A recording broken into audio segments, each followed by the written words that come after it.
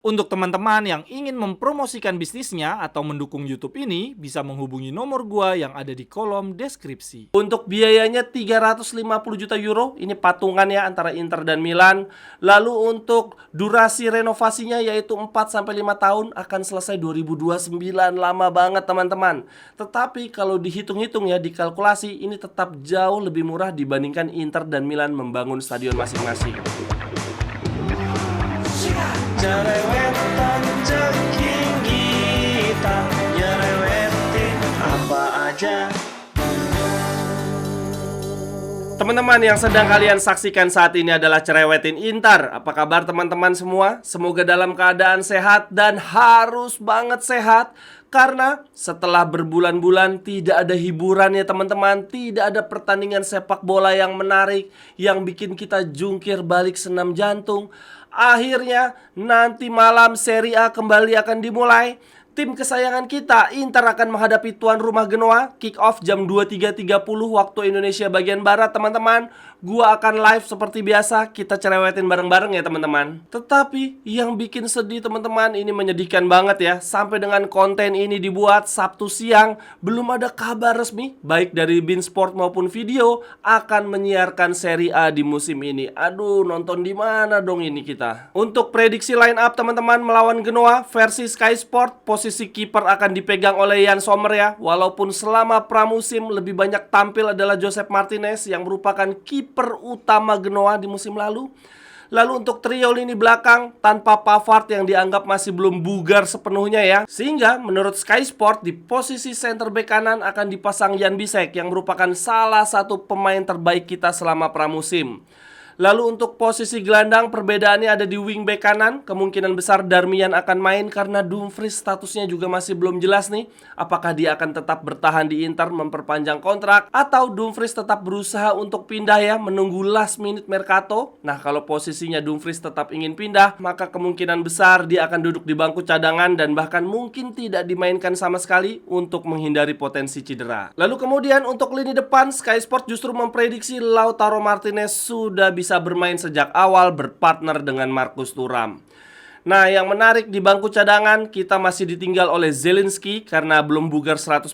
Lalu De Vrij yang akan absen 2-3 pertandingan. Sehingga Inzaghi memanggil 3 pemain Primavera untuk siap tampil di partai lawan Genoa. Salah satunya adalah Fontana Rosa yang tampil sangat solid selama pramusim. Sementara itu dari posisi sang lawan Genoa, menurut gua sangat amat limbung teman-teman. Mereka ditinggal 3 pemain pilar dari musim lalu ya. Yang pertama adalah Josep Martinez, kiper utama mereka, pindah ke Inter. Lalu 2 penyerang utama mereka pindah sekaligus, Retegui ke Atlanta. Lalu Gudmundsson baru aja kemarin malam secara resmi pindah ke Fiorentina. Aduh, Inter kalah bersaing dengan Fiorentina teman-teman untuk mendapatkan Gudmundsson. Aduh, Inter. Tapi dengan skuad kita yang seperti ini, yang tidak jauh berbeda dengan skuad Scudetto kita musim lalu, kalau gua sih optimis. Kalau teman-teman gimana? Apakah optimis kita akan memenangkan laga perdana ini? Lalu kemudian lanjut berita berikutnya untuk Cerewetin Inter hari ini. Gua mau update Mercato terkait posisi striker teman-teman. Inzaghi kan pengen banget ya kita punya striker yang bisa dribble bola, bisa buka ruang dan punya asis-asis cantik. Inter nih masih ketar-ketir banget ya, karena bursa transfer akan ditutup kurang lebih 2 minggu lagi. Saat ini kondisinya Inter masih kesulitan untuk berakselerasi merekrut striker yang baru ya, karena masih punya 2 striker yang tidak masuk rencana Inzaghi, 2 striker yang sebetulnya wajib untuk dibuang ya, yaitu Arnautovic dan Korea. Ya sebetulnya seapes-apesnya cukup buang salah satunya aja sih. Inter bisa juga tuh pakai 5 striker, salah satunya Arnautovic dan Korea. Sebetulnya kabar terakhir teman-teman, kemarin ini ada peminat baru ya untuk Arnautovic, yaitu klub Serbia Red Star. Ini media asal Serbia namanya Sport mengatakan Red Star Belgrade sedang berupaya untuk merekrut Arnautovic. Penyerang Austria ini telah diberitahu oleh Inter bahwa dia dapat meninggalkan klub secara gratis di musim panas ini, atau dia hanya akan menjadi striker nomor 4 di musim yang akan segera berlangsung. Tetapi sang striker veteran tersebut tidak mau pergi begitu saja dari Inter dan melepaskan gajinya sebesar 3,7 juta per tahun, yang kemungkinan tidak akan dia dapatkan di klub-klub berikutnya selain Inter. Arnautovic. Inter bahkan teman-teman sudah jual murah banget ya. Ini bukan sekedar jual murah, bahkan gratis. Ayo sini yang mau beli Arnaud Taufik, gua kasih gratis. Yang penting lo beli sekarang juga. Akan tetapi sayangnya Arnaud Taufik tidak mau pindah begitu saja ya. Dia sangat kerasan di Inter karena cuma duduk di bangku cadangan, jarang main, tinggal joget-joget, dan gajinya cukup tinggi, 3,7 juta per tahun. Bahkan Arnaud Taufik aja tidak yakin ada klub lain selain Inter nih yang mau ngegaji sebesar ini. Ya sudah teman-teman, untuk posisi striker kita kalem aja ya. Kita harap-harap cemas, semoga dalam 2 minggu ke depan ada kejutan dari Marotta dan Ausilio. Atau kalau tidak ada kejutan ya sudah, berarti striker kita ada 5 di musim depan, yaitu Lautaro, Thuram, Taremi, lalu ada Arnaud Taufik dan juga Korea. Nah, untuk kabar posisi back teman-teman, ini sedikit lebih cerah lah nih gelagat-gelagatnya.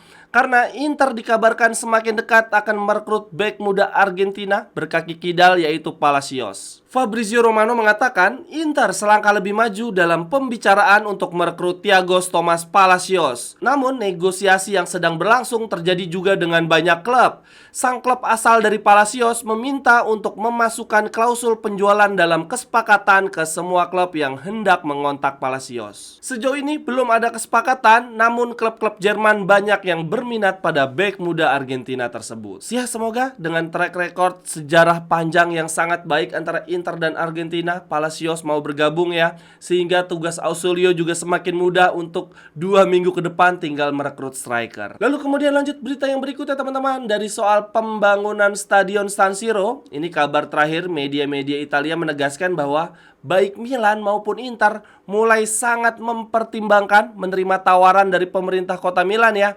untuk merenovasi San Siro. Akan tetapi dengan satu syarat teman-teman, dan syaratnya sangat menarik ya. Baik Inter dan Milan sama-sama bersedia untuk merenovasi San Siro dengan syarat bahwa di masa depan stadion legendaris tersebut bisa dibeli menjadi hak milik Inter maupun Milan. Seperti yang pernah gue sampaikan di konten gue sebelumnya teman-teman, bahwa proyek renovasi San Siro ini memakan waktu dan biaya yang tidak sedikit ya. Untuk biayanya 350 juta euro, ini patungan ya antara Inter dan Milan. Lalu untuk durasi renovasinya yaitu 4-5 tahun, akan selesai 2029, lama banget teman-teman. Tetapi kalau dihitung-hitung ya, dikalkulasi, ini tetap jauh lebih murah dibandingkan Inter dan Milan membangun stadion masing-masing. Sehingga teman-teman, sebetulnya ide untuk merenovasi San Siro dengan biaya patungan sangat menarik ya bagi Inter dan Milan. Berarti stadionnya akan jadi jauh lebih modern, jauh lebih nyaman bagi para penonton. Tetapi yaitu Inter dan Milan sama-sama tidak ingin terus-terusan membayar uang pinjaman ya ke pemerintah kota. Mereka lebih pingin stadion itu punya milik sendiri. Sehingga sekarang kita tinggal menunggu keputusan dari pemerintah kota Milan ya. Apakah mereka bersedia melepas stadion bersejarah ini untuk menjadi milik Inter dan Milan sepenuhnya. Kemudian lanjut berita yang berikutnya teman-teman, dari mantan pemain kita yang merupakan salah satu pemain terfavorit gua di Inter, Marcelo Brozovic, menyatakan pensiun dari tim nasional ya, dari pagelaran internasional. Total dia sudah tampil 99 pertandingan bersama Kroasia.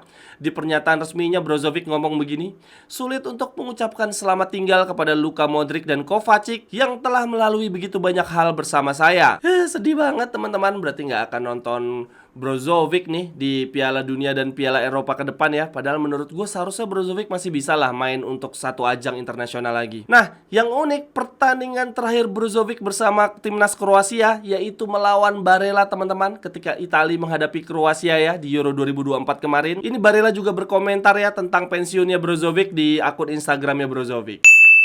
Teman-teman yang ingin membeli jersey atau pernak-pernik sepak bola lainnya, linknya ada di kolom deskripsi ya. Terima kasih. Lalu kemudian yang terakhir, gue mau bacain statement-statement menarik dari Calhanoglu, Bastoni, dan juga Inzaghi teman-teman. Mereka ada sesi interview terpisah ya dengan jurnalis yang berbeda-beda. Ini Hakan Calhanoglu dengan Sky Sport, dia bilang begini. Dalam 3 tahun saya di Inter, saya cukup beruntung bisa menemukan rekan satu tim dan penggemar yang luar biasa. Saya berkembang berkat mereka dan tidak pernah berpikir untuk pergi. Saya tahu saya akan tetap bertahan di sini, di Inter. Walaupun rumor selalu datang dan pergi, tetapi saya selalu berpikir untuk bertahan di Inter. Mantap. Lalu kemudian selanjutnya ada dari Bastoni teman-teman. Dia dengan media FC Internews, Bastoni bilang begini. Apresiasi, pujian dari orang lain selalu menyenangkan. Ketika Anda berada di suatu tempat dan Anda bahagia, semua orang mencintai Anda dan menghargai Anda apa adanya, maka Anda tidak perlu pergi. Saya merasakan hal ini di Inter, dan saya merasa penting berada dalam keluarga sehebat ini, sehingga saya tidak takut untuk mengatakan bahwa saya sangat bahagia di Inter. Hehehe, Bastoni gila, dia dengan tegas mengatakan bahagia kerasan di Inter. Tetapi ya, kalau tahu-tahu Real Madrid menawar 80 juta, 100 juta, gua rasa akan dilepas juga nih Bastoni. Lalu kemudian yang berikutnya ada dari Inzaghi, teman-teman. Dia bilang begini, kami mempertahankan tim yang tahun lalu, tidak ada kepergian pemain pilar, dan bahkan kami menyambut 3 tambahan pemain penting. Kami mengalami beberapa cedera ringan, tetapi Arnautovic dan Taremi sudah mulai berlatih bersama kami. Zielinski hampir siap dan hanya De Vrij yang masih absen. Lalu kemudian Inzaghi juga bilang bahwa kami telah memutuskan untuk tidak membawa Zielinski di partai hari Sabtu melawan Genoa. Tetapi yang pasti dia akan tersedia di partai lawan Lecce. Selebihnya hanya Steven De Vrij yang masih belum bugar. Sekian dulu untuk cerewetin Inter hari ini, teman-teman. Silahkan tuliskan pendapat teman-teman di kolom komentar. Sampai ketemu di cerewetan-cerewetan berikutnya. Bye-bye, thank you. Cerewetan ceking kita, nyerewetin apa aja.